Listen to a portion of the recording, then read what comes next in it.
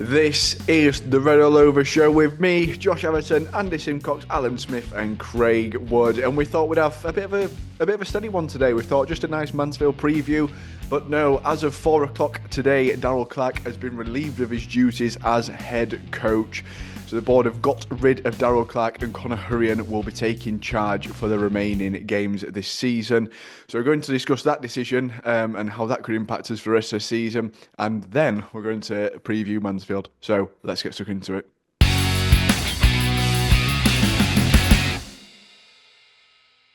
So, Andy, I think it came probably as a bit of a shock, but it seems like we're making a bit of a pattern of this, looking at last season as well, of getting rid of Neil Collins with just the playoffs left to play, I think, at that time, or do we get rid of him a game or two before the season finished?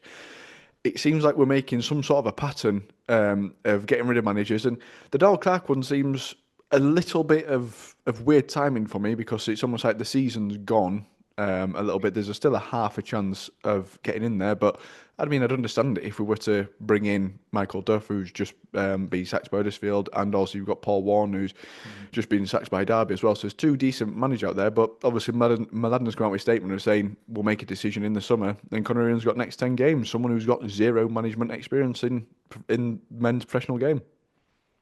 That does sound a little bit odd, doesn't it, really, in its own way? Neil Collins went with one game left and we were in the playoffs. So that was remarkable timing, to be frank. This, if I'm honest, this don't particularly surprise me. I think in some respect, I'm in a dilemma really, and I'll be interested to see what you three think. I'm in a dilemma because on the one hand, I don't think he's been given the greatest hand to work with. And a lot of people are going to be going on about the board and about the owners and what have you. And I don't know how much money they've given Mladen to spend and what have you. But I think Mladen's at least as culpable in all this. But I have to say, I don't think he's been getting the best out of the players. You know, we went on an awful run, then a good run, then a dreadful run, and then a good 3 wins, and then not just on a bad run, playing shockingly. And substitutions every game seem to make us weaker. And yeah, you can say that we've had a lot of injuries. They didn't look bothered on Saturday. They didn't look bothered enough. They were browbeaten when we went to go down. We're browbeaten. Add to the fact that he keeps chucking them under. Not keeps. He's not there anymore. Kept chucking them under a bus. The players, and in some respects, I like the honesty, and they deserved sometimes to be chucked under a bus because of the way that they played. Because you can say that they're not the greatest of players, but generally it's not that bad a squad. We know where the weaknesses are, but individually there's some decent players there. You won't go on a four game run over Christmas and New Year against the teams we played and be that bad. We've got some half decent players, but they're not playing. The in-game management, whether you're talking about substitutions or whether you're talking about how we manage a game as the game goes on and on towards the end, has been dreadful, conceding so many goals, 75 minutes on and onwards and what have you. So it doesn't surprise me. It's the timing of it has a bit because if you want an honest opinion, I envisage that as soon as we got to a stage where the playoffs were mathematically over with, I think they're over with anyway now, but mathematically over with, because at the start of the season it was all about this is the minimum requirement. Playoffs are a minimum requirement. It wouldn't have surprised me if the day that we couldn't mathematically do it, that we'd change it. The time it surprised me even more so after what you've said, Josh. Again, I thought, oh, there's Paul Warren knocking about, and there's Michael Duff, who I personally really rate, and the things were said at the time, and things have been said since. And I thought, well, maybe that's what it's all about behind the scenes. Maybe that's what it's all about. That Duff's going to make a miraculous, return and what have you, and then nothing against Conor, and then no, we're doing it in summer. We're going to take as long as we need in the summer, and I just think we need to try and get somebody as soon as we can, so we seize the players we've got, rather than wait till the summer. Some players go, we look at other players, then it takes 2-3 months to get to know the players that the new head coach has got. And we just repeat. Obviously, I like Conor, and I hope he does well. It's going to be interesting to see if there's an upturn in fortune in how the players respond. They ought to respond positively. If they don't, then that's on them and nobody else. So, good luck to him. Good luck to Darrell Clarke. It's really strange, Josh. I know I'm talking a lot. It's really strange because when I talked to Craig Priest on the away end, from Mansfield Matters, he was fulsome in his praise of Darrell Clarke because he's a Mansfield lad, and he hoped that he'd finish up managing them at some time in the future. might get his wish sooner than he thinks. Who Might end up knows? being in Omend. Who knows? Yeah, interesting. So Hmm. they were also expecting which him to get a really, really positive and fulsome reception from the Mansfield fans who generally think highly of him. So in some respects, it's a shame that he's not been able to get such a reception from fans that appreciate him. So all you can say is I just wish him all the very, very best in what he does next. Yeah, it is. It's a bit of a weird one because there's sort of two sides of the fence to sit on. Of like, it's almost to a degree, it's not Darrell Clarke's fault especially when you look at the business in January and sort of the one signing that has improved as this season is DKD, and we've relied on him heavily over these last few weeks. But when you sort of look at that team that it's got in it, like the start of the season, we were talking about having the best midfield in the league, like something that you could compare to Birmingham's, who've spent a lot of money on their midfield. And that midfield for me has just it's not been clicking in the way that it has under, like because there's even glimmers under Neil Collins, especially like Cambridge in that first half. I think when 4-0 up in half hour or something like that, where we looked like a really good side, and I feel like we've not really had that too much under Darrell Clarke as such. We haven't, have we, Josh? But who would want to come to Barnsley as a manager when last two managers have been dismissed after playing Blackpool and losing to Blackpool? Well, Collins we ain't got to play him again. Then you're going to come and you're going to watch over your shoulder when you come to Barnsley. We're not playing Blackpool, are we? Yeah, it's one of them things. When you look at what we've done, we are gaffers. What we've had since 2018, since Eki left, we've had Maresh, 79 days, lost his job last day of season at Derby. Good. Sten, 464 days. Struber, 320 days. Ismail, 248 days. Marcus Shot, 123 days. Good. Bargy, 158. Good. Duff, 364. We got a year out of Duff. Less a day.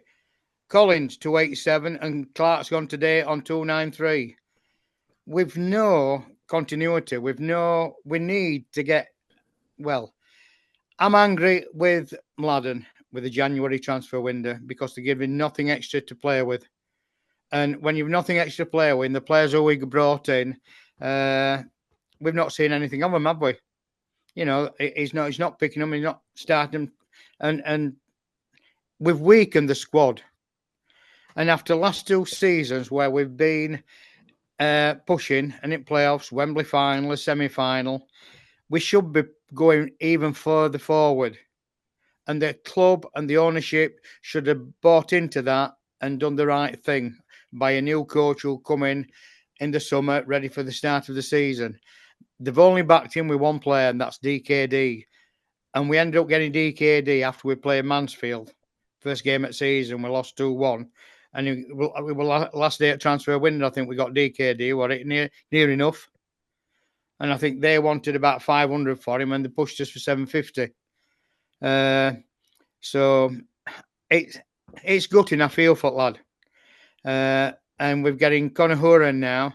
If that's where they want to go with an unproven coach, well, I don't know. It's a strange one. Al, do you think this, Al, after the last couple of games that we've seen, do you think under Conor it's going to be any worse? I don't think it can be any worse than it's been. I'm not saying it's any worse, but it's unproven as a coach. Yeah, it is. And for me, the club, they fetched Conor in as a player. They sold him. Player coach. No, well, fair comment, but to play, he didn't play much. Season tickets. What happened to season tickets? they started picking up. What's happening now? Early birds coming, isn't it? Oh, get running. Fans will buy into that. As Matt Bailey's just said on X, I take no pleasure in seeing yet another Barnsley FC head coach sacked. Working without a recognised striker and with defensive deficiencies galore to contend with DC was always going to be on the back foot. You know, anybody would say, yeah, he's made mistakes, and I accept he's made mistakes. Early on in season, we won 4 at home, which is poor, and changing shape, 2 or 3 times during a game. Yeah, it hasn't worked at times, but he needs the cards to play with, and he's at the club haven't dealt him with the cards, and I feel for him, and I wish him all the best. It is a very strange one because I would agree that the cards he's been dealt have not been great, but I do think he could have played those cards a lot better. I know you mentioned there, Al, sort of the defensive deficiencies. I think you just said from Matt Bailey's tweet, which I'll be honest, I don't think our defence is that much worse than it was last season because we had Josh Earl in it, we had MDG in it, and now I've got Matt Roberts in it as the extra person. Under Neil Collins, we thought Donovan Pines were going to be the oracle to fix it, which he was to start with, then got injured. I don't think that defence has got that much worse because we had Jordan Williams there who chuck a goal in a game.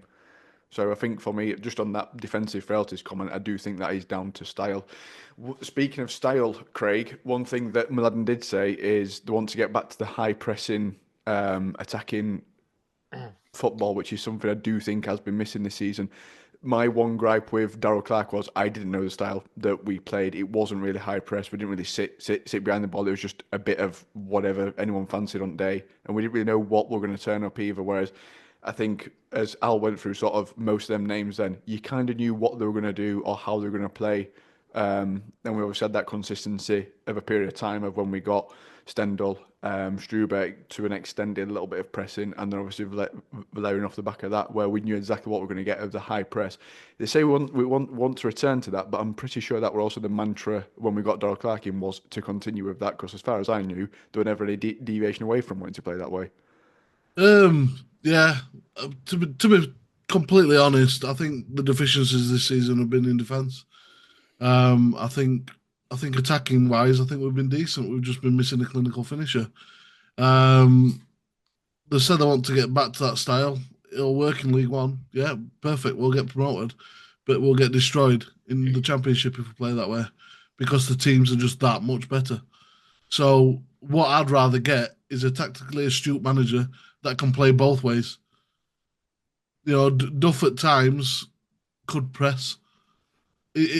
Duff for me, what a great manager, and for me, it could change his style when it comes to what opponent you're playing and with the way they're going to play. So I'd prefer to get somebody that is tactically has some good tactical nous about him.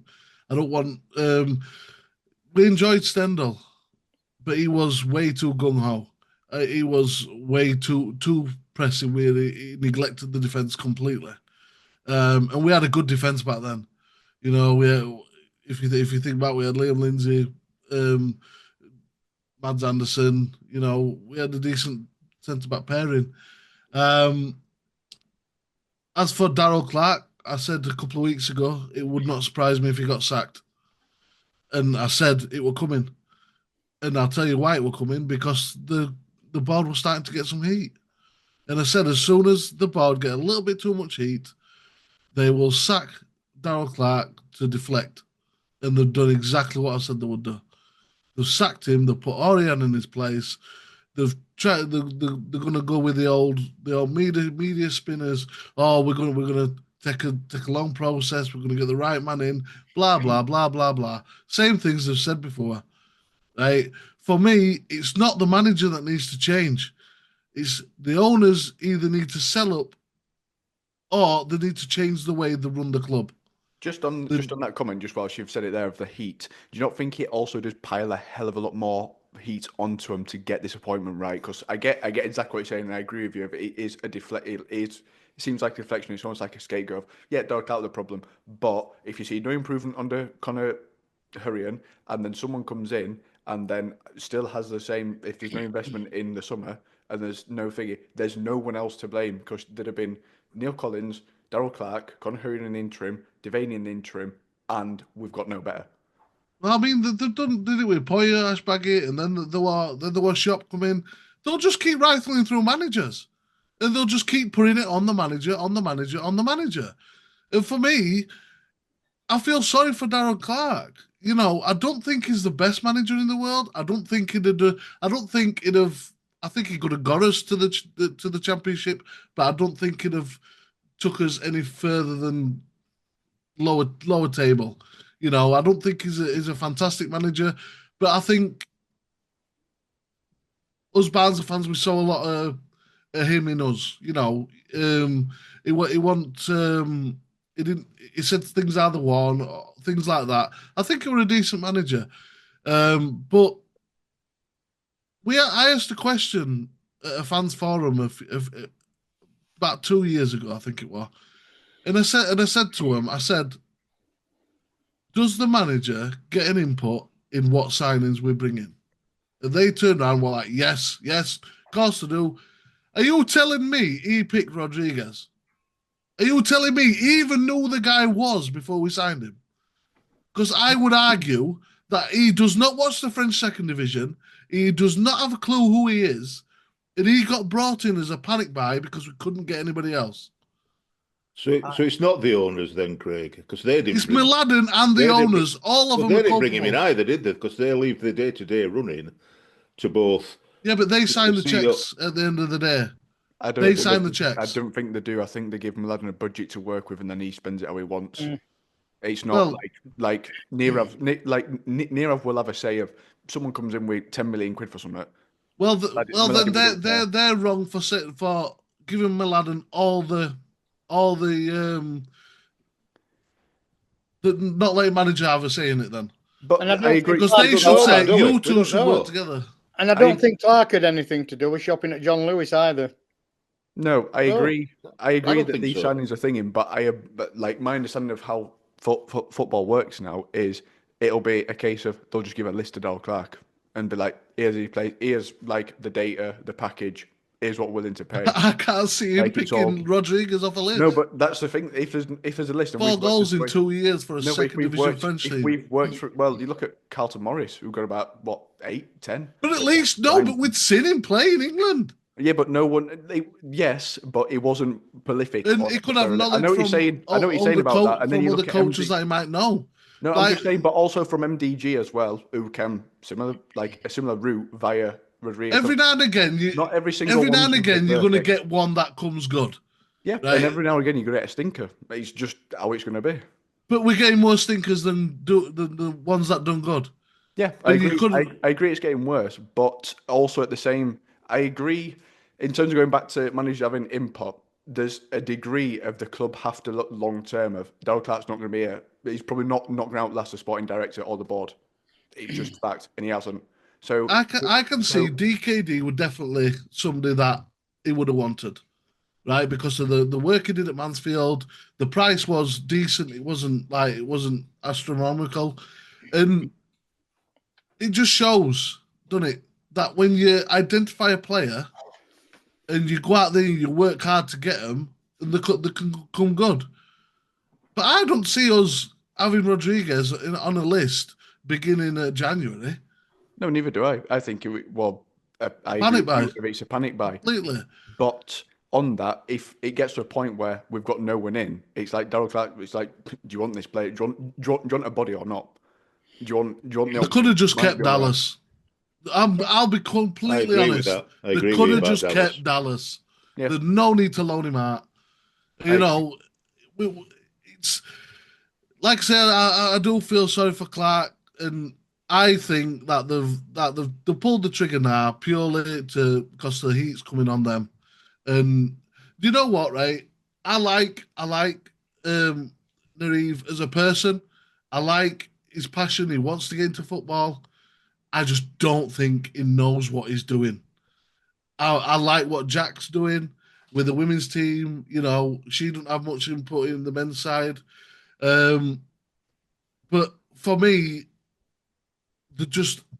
they're leaving it all to Mladen. And for me, if it's your club, you've got to do more. And you've got to Why appoint him then, run it Craig? better. Why appoint a sporting director if you're not going to let a sporting... As Josh says, give him the budget. And at the start of the season, it was something like we're a good budget, He apparently. deserves sacking then. Third best in the division. Or third, and we're buying, apart from DKD, and I would also say Mark Roberts, who didn't cost the fee, I will say that. We've been going as a club for quantity rather than quality. DKD were quality. We've been going for quantity. What we've been going for is buy cheap to try and sell high. Who's to blame for that? The people above, or some of which don't even live in this country. I'm not going to stick up for them because they need to come out and say what the budget is, and no doubt we'll get a better idea when the accounts, although they'll be a year out of date when the accounts come out. They give a budget to a sporting director to do the job for the football club. They also give them a vision though what they want. Don't So mean he's doing it. theirs is buy He's to low, blame. sell high. Buy He's to blame. young and cheap, and then try and sell for a profit later on that line. But do you not think every club does that? Well, yeah, but they're a lot more damn successful at it than we are. Well, the thing is, lads, we can find the money to pay off coaches. We can't find them to sign players. Yeah. Yeah, exactly. How's that come about? And that proves it since 2018. I mean, obviously not all of them coaches. I think we've probably spent more on sacking managers than we have on buying players. I think we've also got to remember we got some money for managers as well. We got some compensation for Duff. We got some compensation for Big Val. We certainly got compensation from. I'm not even going to start getting into that, where that money went. Well, he's probably paid off the rubbish managers we've had. He probably has balanced out. Because I know Heckingbottom hired an agent to put a release fee into his contract. He didn't have one because a rolling contract. He made it more difficult for Leeds to poach him than it actually was. So he actually got us 500 grand just for being sound. To be fair, so fair play to him. But Al, you made a good point there of sort of changing managers. Obviously, comes at a price, and sacking managers especially comes at a price. Would you have rather kept Darrell Clarke and reinvested? Because I have no idea how much money that's just cost to pay him off out of his contract. I'm going to assume around 500k, maybe a bit less than 500k, a complete guess. We look at what we've just spent in that transfer window. Just, again, almost like pieces things together. Do you think it was almost the writing was on the wall when January didn't spend that money just in case we need to get rid of Darrell Clarke? Probably was. If you read between the lines, it probably was, Josh. I thought, as I say, I thought he were not the best manager, but he were decent in a sense that he tried his hardest and he were honest and not backed. And there on Radio Sheffield, I've listened tonight to a lot of fans phoning in.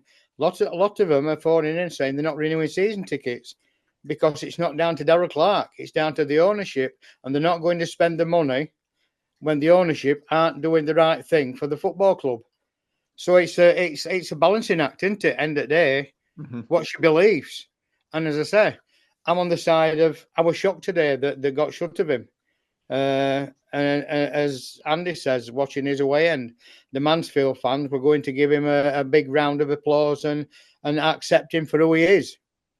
And at the end of the day, yeah, as I said earlier, he's had his failings in his sometimes selection and his team selection and in-game play. But I'd have stuck with him and see what he can do. But now we're fetching in an unknown. So we're no further forward than what we would have been, for me, keeping Darrell. No further back either, Al, as far as I'm concerned. Where do you sit with it, Andy, there? Because I'm trying to piece together what you've been saying and such throughout this of how you... Just causing trouble, Josh. Really. No, yeah, you are. You're causing good debate there, which I like. I'm just like, what are your overall feelings on it? Would you have got rid of Darrell Clarke if it was your decision? Would you have kept him? Obviously, there's that as well about the early bird. But to me, as much as it is something to deflect heat a little bit from the board, what is it to hang your hat on a season ticket holder? We've now got someone who's managed 0 games in the main games, in charge of the team, of a coaching staff that they've not produced anything up to this season that's been fantastic. So it's a gamble to do that, to try and increase early bird sales, because I wouldn't renew at that point. I want to say, oh, you got Michael Duffy, you got Paul Warning, right? Looks like we're trying to make some progress. You got Conor in him. I like him, but he's not. I've never seen him as a manager. Before you start, Andy, they fetched Tom Arbin up from under 21s to build team back up to get extra one in. Like Tom Arbin. Thought you were all right. New manager. Well, I just remember right at the start of the season. I don't want to give him any tough because, well, you'll see why. Gabe Sutton said he's a decent man. He's a man motivator. Well, I've not seen much evidence of that, to be truthful. But he's not a tactical genius or a particular. What he does is brings people together and gets them wanting to play together and what have you, rather than be a master tactician. And it's my view, certainly in that. Everybody were calling for his head when we lost the 2 matches against Huddersfield, and I'm not surprised because it was shockingly poor. And then, we limped along, and then we pulled it all together, and maybe, he had a part to play in that, getting the players together, and went on that 4-game winning run over Christmas and the start of New Year, and it looked like we'd turn a corner. And then it all, it was let down. We needed some reinforcements, particularly to put the ball in the net, because even after those 4 games that we'd won on the trot, we were creating chances, and I'm thinking particularly about Bristol Rovers twice, both in the cup and in the league at their ground. We're creating loads of chances, but just needed, and everything was there to do it. So whether it's the board, or whether it's the board and Mladen, or whether it's just Mladen, let him down in January. Certainly let him down in January. So that's not his fault, because we needed a quality striker, a DKD striker version, if you like, and that would have made the difference. But we've been, whatever it was, 6 games we had to win, or 6 defeats and a draw. I can't remember which way around it is. Either 5 or 6 defeats on the trot, and it was shocking. It was shocking. Then we managed to get 3 games that we won on the trot, so then it's up again, and it takes a bit of heat off. But they weren't incredibly convincing, especially towards the end of games. They weren't convincing, and then these last few matches have been dreadful, absolutely dreadful. No heart, no injuries. You can say injuries, but they're still professional players, and some of the players, even with whatever it is, 9 injuries, some of the team that we put out weren't awful on paper, but collectively they've been awful, absolutely awful collectively. And some of that has to come down to him. I don't know if he's lost the dressing room or what the hell it is, but it really doesn't surprise me. Just the time I thought I might give him Mansfield at least, but it doesn't surprise me at all. And to be truthful, my honest opinion, if I was, I'm not the owner, and I don't suppose I ever will be on my pension, I'd have got rid of him, but I'd also got rid of Mladen and all, personally, because I think the only one that's got anything about him that's doing well, I think, is John Flatman. Although things are a bit dearer than it should be. His side, the non-footballing side, is not doing too bad. Not perfect, but not. Yeah, this season. Can you remember beginning of last? Only going on this season. But Mladen has been a shambles, I think. And I don't know him. I've never spoken to him. I don't know him, and he looks a fair-sized guy. Might smack me one if he sees me. That's why I'll have to do instant reactions under a guy, disguise or something like that. But I'd be rid of him and all, because he's let everybody down. We what he's been doing, as far as particularly in January, but he's had a couple of transfer windows and they've not been great. Radio Sheffield's trying to contact club to have a word with him, and they've declined. Well, good luck with that. And at the end of the day, surely, as a football club, if you're coming from Radio Sheffield, Football 11, why not? What you got to cover up? Have some bottle. I think that was quite talking. Ben had some bottled, Alan. Ben Mansfield had some bottle, and for his faults at different times, Khaled had some bottle. He used to front things out when things were possibly at its worst. He had some bottle. Yeah, I think I don't buy. I know a lot of people. I know what you're saying. A lot of people are saying about, it's for season ticket sales. I don't hold that, because if they'd have said Michael Duff were coming back, or Paul Warner's, and there's a couple of examples, Michael Duff for me personally, especially, then I could understand why that would be to try and get season ticket sales up and what have you. But to do what we've done, without any disrespect at all to Conor Hourahan, well, that's not going to do it, is it? Well, he's still learning his trade, isn't he? No, it's not. It's not going to. Use it first to learn his trade. Exactly. That's why I don't think at all it's a ploy to get people to get season tickets in early bird. Let me just ask you guys a question, right? So we've got rid of Clarke, right? So when the next manager comes in, do you think anything's going to change? No. It depend. It depend based on the facts of it's going to be the summer window as well, because they're not getting anyone until end of season. So depending. Because I've got no confidence in Mladen and the ownership are changing anything at all. No, I think the next manager is going to come in and he's going to be underfueled again, and then we're going to be having the same rinse and repeat. Whoever we get, Craig, is coming in with his hands tied behind his back, and that's no way a coach should be performing at a football club, which for me is wrong, and that's where we've been for the last few seasons. I would say that, but I think this is when the question of the sporting director role comes into question. Of you look at sides like Brighton, who have their manager cherry picked from every single season because they overachieve and do well, but they never get any worse because they've got that structure and infrastructure behind. Which I've read something that is about 5 years in front of literally the elite level squads when you look at Liverpool and Man City and everyone. But can I just say for Brighton and Bournemouth to a certain extent, they put the infrastructure in as soon as they come in. They were buying scouts. They were upgrading training facilities. They were doing so much behind the scenes. They just didn't come in and go, what we're going to do is we're just going to start buying young. No, they put the whole infrastructure. They got a scouting network that scoured the world. That's what they did. That's how they were able to do what they did.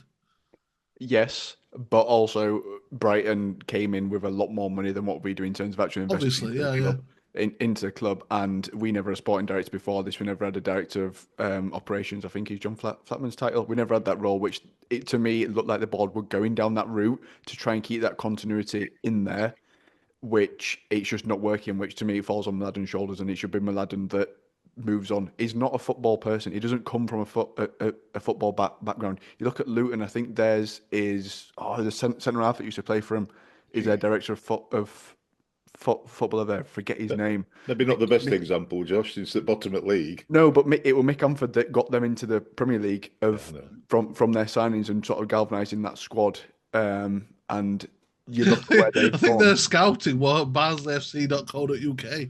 Yeah, they need to go anywhere else. Just go through their first team, see who's doing well, and just grab them. The point stands of they put that infrastructure in place. They didn't need the Brighton model or the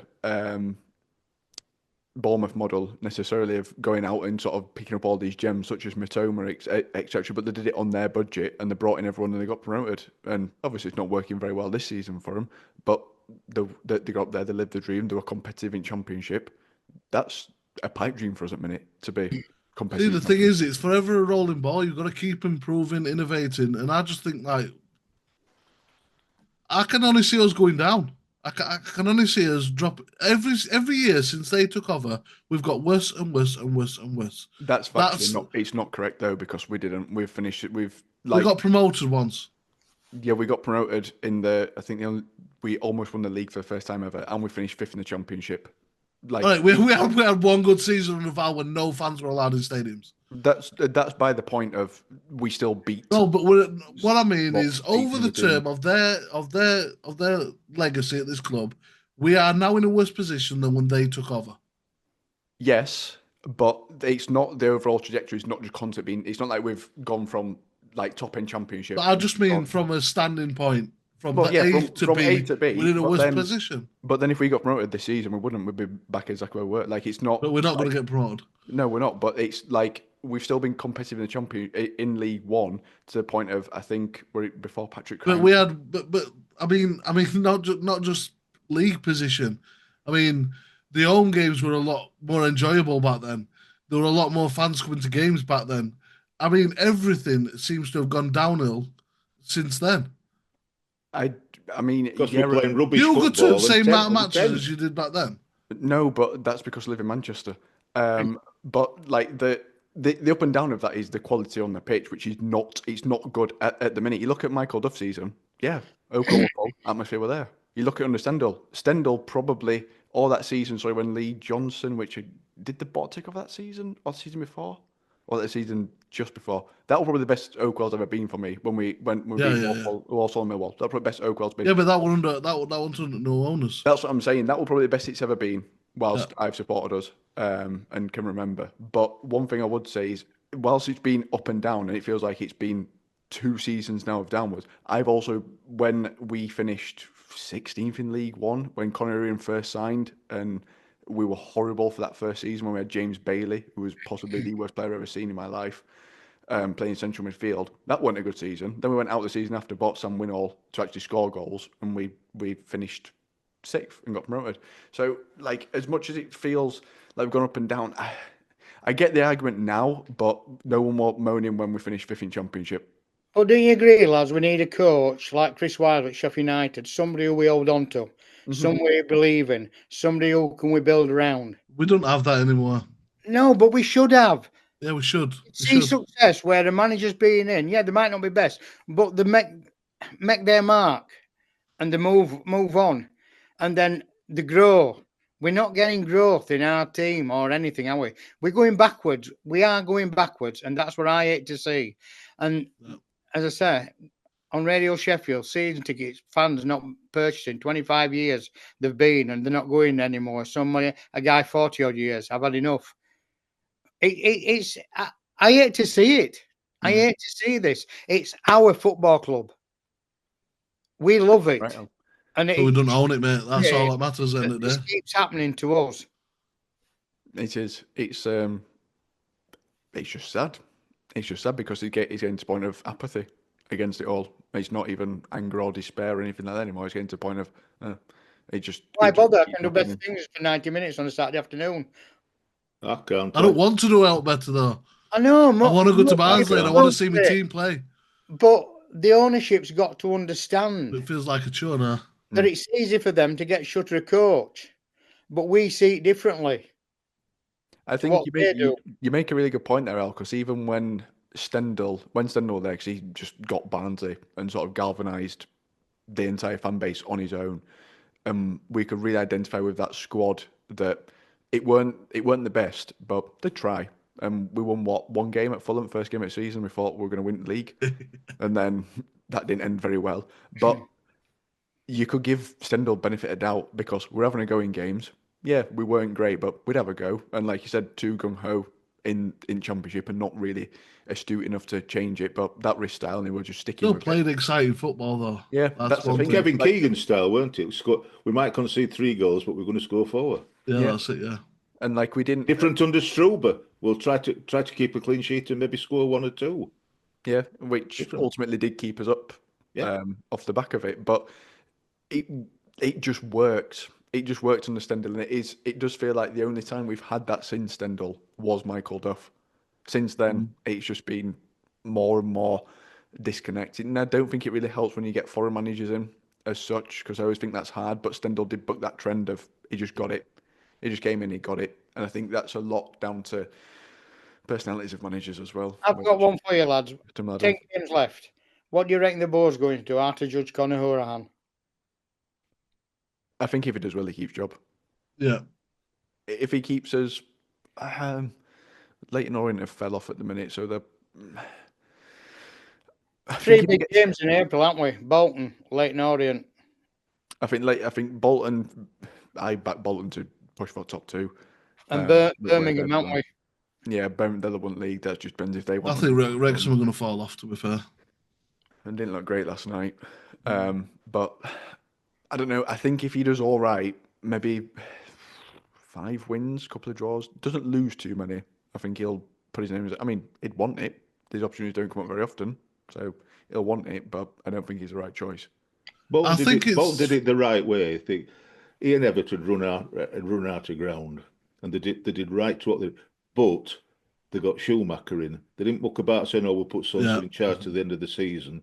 They got a tried and tested, and let's be right, a really good coach in, and their fortunes have turned round incredibly.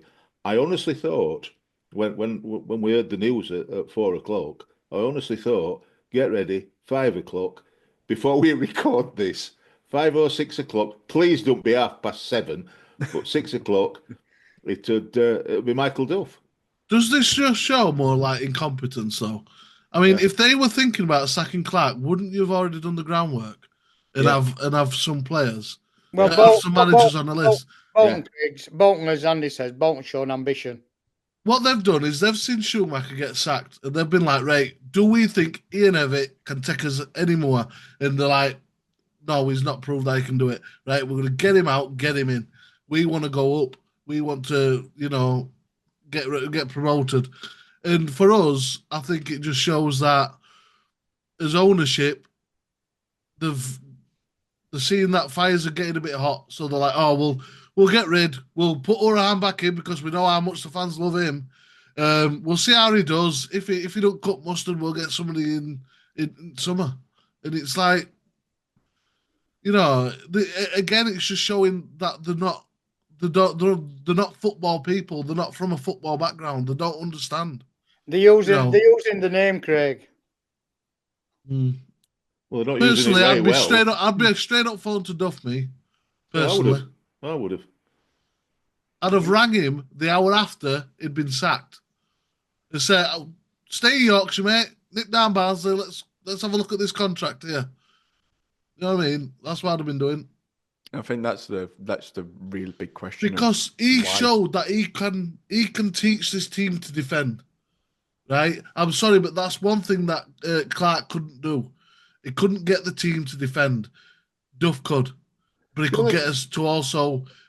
I just think we played some good football under Duff. My didn't chop and change as much. My qualm with Duff defensively, though, is Bobby Thomas, Mads Anderson, Liam Kitchen, all of which are playing division above now. That's not like, as much as I've just said, as I said previously, defensive frailties are not a problem. Not from that Michael Duff team. That were a championship. Somebody mentioned Liam Kitchen. They did. He was staying apparently, Al. Still wears, isn't he?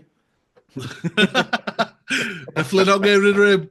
But I do think, almost looking at that defence now, somewhat underachieved by not getting over the line with that side, because it's not aged well, especially with Lampard nearly using two defenders that we had in then and nearly getting his quid towards promotion to Premier League. One thing I will say, it's never boring following town, is it? Never boring. No, just makes you want to pull your eyes out with a fork. You never know. I'm not one that goes in for conspiracy theories particularly. I went on grassy knoll, so I've no idea what happened in 1963. But we don't know the circumstances of Michael Duff's sacking from Huddersfield. We don't know about compensation. You don't know if they've got anything written in that it doesn't say out that he has to see this season out. You never know. There's a chance. You never know. You never know. Come this summer, you never know. There might be some decks having to be cleared first before him or anybody else. Like Paul Warne or anybody, Edwards, anybody who comes in. You never know what a compensation package when a manager's been sacked means. Well, Darrell Clarke went fourth selection, wasn't he? We got three. That's more. What they say. I don't know. It were at least number 2 because we tried to sign that manager that didn't have a work permit. So Valhammer. Yeah. We know at least. He'd have got him fighting. It'd have been that time. He might have come over and got a work permit. He might be working in Morrison. Well, it was Stendhal Mark II, wasn't he? Yeah, well. Right, get your thoughts on Darrell Clarke's departure down in the comments below. I know we've covered a lot of ground there, speak about Darrell Clarke's departure and then also the infrastructure behind the club in terms of sporting director and the board as well. So get your thoughts on those down below as well as we move on to Mansfield. So looking at Mansfield then as we make our way across there. So manager Nigel Clough still in charge, top scorer Will Evans with 12 this season, followed by Lee Gregory on 10. At league position 18th, really bad form for the Stags recently. Form over the last 5, 2 losses, 3 draws. Key player Will Evans, formation 4-3-1-2, and key stat is Mansfield haven't won since the 4th of January, which spans 14 games, only drawing 4 and losing 9 of them, with 3 of them draws obviously coming in the last 5. So, Andy, definitely not the side that set off the season like house on fire, to be honest, when we played in first game and then they sort of sustained that. They've really, really struggled post-Christmas, really. Well, I asked Craig Priest that on the away end, just another little plug, worth watching. Not particularly for me, but for Craig, he were brilliant. He were absolutely brilliant. It got a bit emotional. We both got a bit emotional, but he's a good watch. He's well worth listening to. He said that at the start of the season, against us and against such as Bolton, he said his view were very clear that it was a promotion continuation, if you like, that were always going to drop off and die off pretty quickly. It were an overhang from, coming up and doing really well. So he didn't expect that. I don't think they've been playing particularly well. He says Evans has been doing good. They've got a big lad at centre back who's good, but Lee Gregory, who always scores against us, is out for the rest of the season, so he's not playing. But of course, they've brought another one that always scores against us, or we think he is. We think he does, and that's Jordan Rhodes. So, but he's not been playing him. Nigel Clough's not been playing him. He's been coming on. He scored last weekend, an 81st minute to earn him a draw, but he's not been coming on. Well, he has been coming on, but only late on, and it looks like that's, according to Craig, that's how it's going to continue because he's got his particular players that he wants to play, and he's not one. Similarly with Stephen, what's his name? Oh, I can never remember his flipping name. Stephen Quinn, who again's knocking on. He's a substitute that sometimes comes on, but he's not getting a start. One thing that's for certain is they're going to join me and Alan in Dad's army because they have got some seriously old players. I'm going to tell you a couple. I've got it written. I wrote it down because I couldn't remember. I tend not to write things down because I can't remember. So I wouldn't have been able to remember this. So just think. Do well for them age allegations then. You can't remember it. Well, I say it about Sheffield Wednesday when we lost the thing. Old men, they'd run out of steam. Scott Flinders, our old goalkeeper from God knows how many years ago. He's 30. He's in goal. He's 38. They've got our old player Georgie Williams, who's apparently playing really, really well at right back. He's 31, so it's not bad. Jordan Rhodes is 35. They've got Aidan Flint, who's 35. Stephen Quinn, who's 38. Stephen McLaughlin, who's 34. So they've got some great old players, and they're just the ones that I thought, I'll make a note of that so I remember them. Dad's Army. They played last night. Not that we recorded the away end before the Exeter game, and they lost yet again 2-0 to Exeter last night. So they'll be hopefully, as old men, they'll have been tucked up in bed yesterday. They'll be all nice and tired today, and come this weekend, they'll still have creaking, aching bones. Where we play, what he says, and I'll tell you what I said on the show, he says that they start slow and try and gradually work their way into game, and then they drop off and run out of steam at end. So for me, it's a bit like us. So the first 20 minutes is going to be like walking football, and the last 20 minutes is going to be like walking football. We might not concede later on because they're not going to come at us. They'll not have enough energy. So it's going to be an interesting game. The hour in between might be all right, but first bit and last bit might not be scintillating. Let's see. They're not doing well. They're not happy. It's interesting because I think 8 points above the drop zone, Al. I think they are, and it's getting to that point in the season where these aren't easy games anymore. Of sort of when it's mid-season, there's still quite a lot to play for. 8 points, still a decent gap. I think there is still almost a gap to those that are in the drop zone to Bristol Rovers. I think are just out of it. There might be a little bit higher up actually because I won last night. I've not checked, but they're not easy games, are they, against these sides at this point in the season? They're not though, but as Andy says, the two guys who scored at Oakwell, Quinn and Gregory, they're not playing. So they've got to find somebody else to score against us. Field Mill's a tough place to go to. It really is. It's a compact little ground, isn't it? So we'll have to see how it goes on Saturday. And Conor's first team selection. Hopefully, he's got players coming back. We know MDG's coming back after his suspension. I think he's available on Saturday.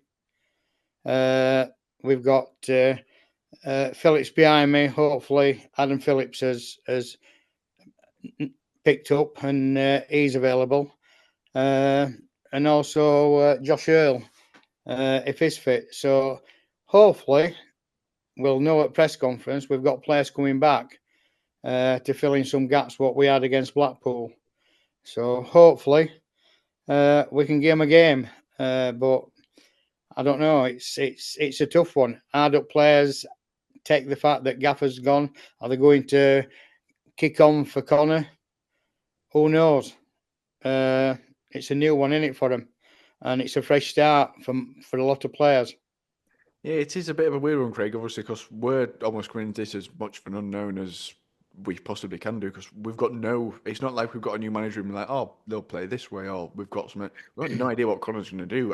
If I had to guess, he'll go back to how he played when he played for us, of a high press, but as we've seen this season, we struggled after 35 minutes. I can't imagine he's going to do that, because the fitness level we've got are just not there to execute that game plan. Hey, the thing is, he was a set piece coach as well, so it's not as if we got to go on. Good set pieces. Unless anybody got an inkling when they went to training the other morning. I don't know what to expect. I don't know what his style of play is going to be. I think we'll probably get a new manager bounce. I think the players will play for him. Obviously, he's been one of them, or was for that minuscule amount of time that he joined us before he went straight into coaches then. But it's a good game for him to start his managerial career against a team that's only seems to be going in one direction. Although I think they played really well beginning of the season. I think, like you said, Andy, the age is starting to show in a lot of the players. I know the feeling, honestly, and Alan does even more than me. Sorry, that high pressing style. You know, you can only play it for so long until people start finding gaps. I just hope he's got enough time to grasp with players to get his style of play across. Because 10 games, he ain't got long. If you believe Mladen, he's got 10 games to prove his worth. And it could be, it could be next Pep for all we know. You never know. It could turn his forms around. He could make a charge about playoffs. Or it could just be, just that stopgap until the summer. But I'm just hoping to see a good performance. I'm sick of seeing these lackluster performances, this 50-50 football where you get a good team for one half and they don't look interested in next half, or completely dominate a game for 70 minutes and then capitulate for the last 20. I just want to see a solid performance from lads. I want to see fans have something to stand up and cheer for and to sing for. I want my daughter to enjoy going to a football match again, because that's the season it's been lacking, it's been sparing. So we'll see. We'll see. It's going to be an interesting time for me, Craig, because Craig and Josh and Alan, because me and Alan are used to War of the Roses against Bolton and what have you. But this Saturday for me, it's going to be War of the Nieces and Great Nieces, because as you know, I've got my niece Emma and my great niece Izzy, who gave us some right stick on the instant reaction. I had to sort her out live on the show. I had to sort her out. They're there for Mansfield. They're in the amber corner, but in the red corner, as well as me and Noah going, there's one of my other nieces, Rebecca Beck, who used to have a season ticket to Talkwell, and her daughter Scarlett. They're both coming in Barnsley because they both support Barnsley, and they've been to Barnsley. They've been to Talkwell a few times this season. So niece against niece, great niece against great niece.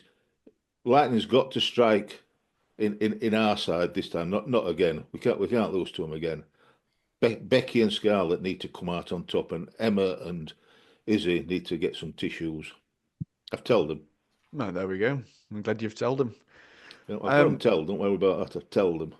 Al's got tissues ready already. Predictions. Al, what are you going for? I can't see us getting a win. 1-1, a draw. Ooh, 1-1, Craig. We're away. I think we're going to win 2-0. Oh, clean sheet. Mental. Andy? For Scarlett and Beck and Noah, 2-0, we're going to wax them. Oh, not a 2-1. All right, 2-1. No, I said You two. had to I say said, something, didn't you, Josh? it were easy to twist your arm then, wasn't it? That were hard. Hey, Josh. well, we're going for a double shuffle, Josh. You see how you made it look like you made it look like you twisted his arm on that, and You he know, didn't. I've got Andy's 1-2 behind me. Well, let me tell you a story. Let me tell you a story, Josh. I'm not going too much. I was going to, on the away end, another plug, I was going to say 1-1 at the end of that, but Craig, he reckoned they were going to beat us 2-1. So I said, oh, I'm not having that. We're going to do you 2-1. So I thought if I said 2-0 on this show, I've got 2-1 and 2-0. I can have a double bubble. I can't, you know, if we win, I can't lose. So 2-1. I've got to be honest, it's going to be 2-1. I'll game a goal because we can't not game a goal. Yeah, that's true. It depends if Conor's going to shore us up there defensively. You never Only know. if he's playing. I mean, he was known for his defensive ability, not his creativity. I'll go for. I'm going with you, Andy. I'm going 2-1. No, do you know what? No, I'm not. I'm not. I'll go 3-1. Oh, 3-1. New manager bounds. I mean, these are due a win, so no doubt this will all be wrong anyway. New manager, I'll go 3-1 to us. We'll see. We'll see what happens. Remember to get your predictions down in the comments below as well. Still 10 games left this season to predict. Right, there's a lot discussed in that show. We'll be back on Sunday with our reaction to the Mansfield game and also Conor's first game in charge. I'm going to assume as well that we'll speak even more about the decision that's been made, maybe as more details come out potentially throughout the week as well. So stay tuned for that. We'll see you there, you Reds.